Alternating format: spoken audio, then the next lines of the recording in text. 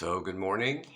Today is December 17th, 2024, and I'm providing a little bit of marketing of my latest lecture on prospective thinking, which I conducted that lecture yesterday in a university environment. Okay, sorry for the bump, but I had to, you know,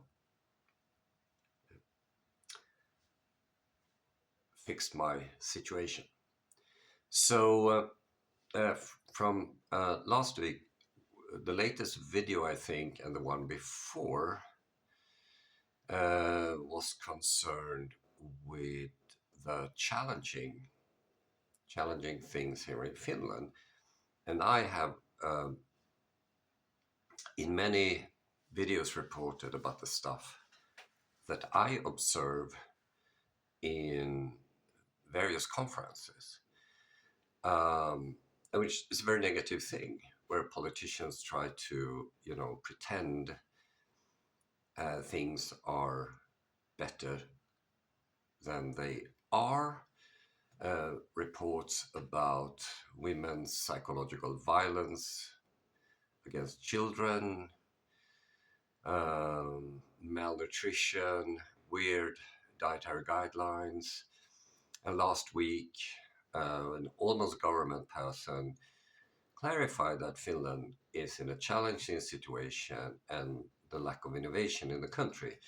Now, I attended 20 conferences this year, more than 20 conferences in Helsingfors, where they talked about innovation and creativity.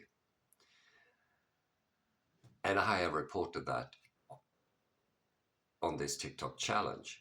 And the paradox is that I was invited to Finland because of my expertise in creativity. Okay, so you can be creative without being innovative, but you can't be innovative without being creative. Got it? So it seems like there is lack of knowledge about the stuff you need to sort of facilitate innovation and entrepreneurial thinking, basically. So, what was the lecture about?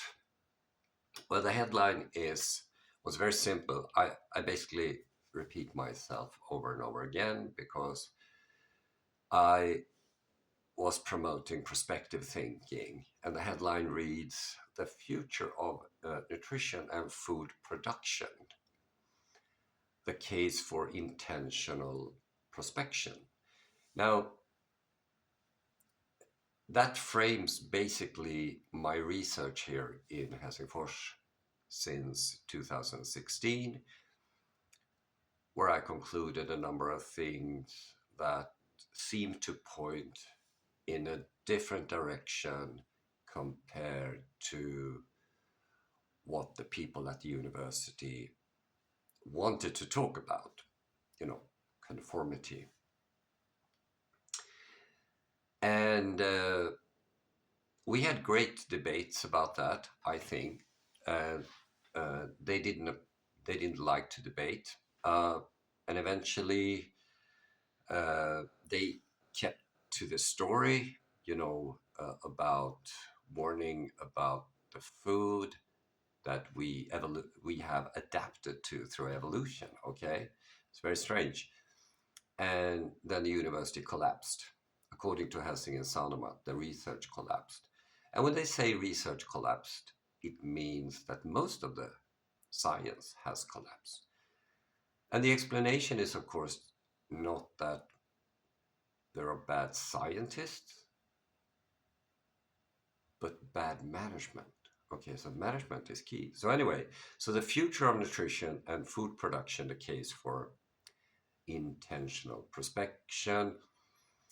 I showed them a picture of myself on X, uh, my 75-page report with 220 references, and then a list of references which I had picked for that very lecture. Then I described how the mind works and that people misunderstand what memory is for, because memory, which is a very complex thing, you have semantic, you have episodic, personal, semantic, and autobiographical memory, to mention a few. It's not for the purpose of remembering, but to elaborate scenarios forward in time. This is very tricky and technical, of course. And because we misunderstand how our mind works, we usually make bad decisions, and we are often wrong. I include myself there, of course. And instead of admitting we're wrong, we we fight for our story. We keep to the story, and this is then coined natural stupidity or dysrationalia. So dysrationalia means basically you have the intelligence, but despite that, you can't make rational decision making. So I proposed in 2021 a model to overcome natural stupidity. I called it rational entrepreneur thinking, and it's based on other theories like epistemic vigilance, disjunctive reasoning, and numeracy. These three are all established. I just merged them together and claimed that you need all three of them actually if you want to make rational decisions. So part of this food thing has to do with climate, and many people, due to natural stupidity, believe that food production has a negative impact on the climate. I'm not so sure about that. What I did was that I showed a chart how CO2 levels and temperature has varied since the Cambrian explosion. And if you don't know what Cambrian explosion is, you probably don't understand climate, so I give you that. And then I talked about the biogenic carbon cycle and described that. And further, what kind of food our species have adapted to. Um, and of course, we had a great discussion afterwards because creative tension emerged. That means disagreement. Disagreement is so important.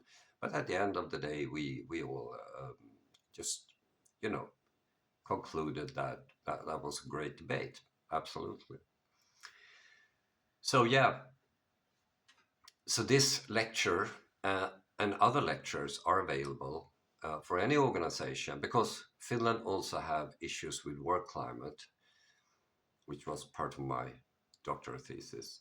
So if you have issues at the workplace and you want to resolve them to improve the probability that your organization will thrive forward in time, that is, uh, please contact me.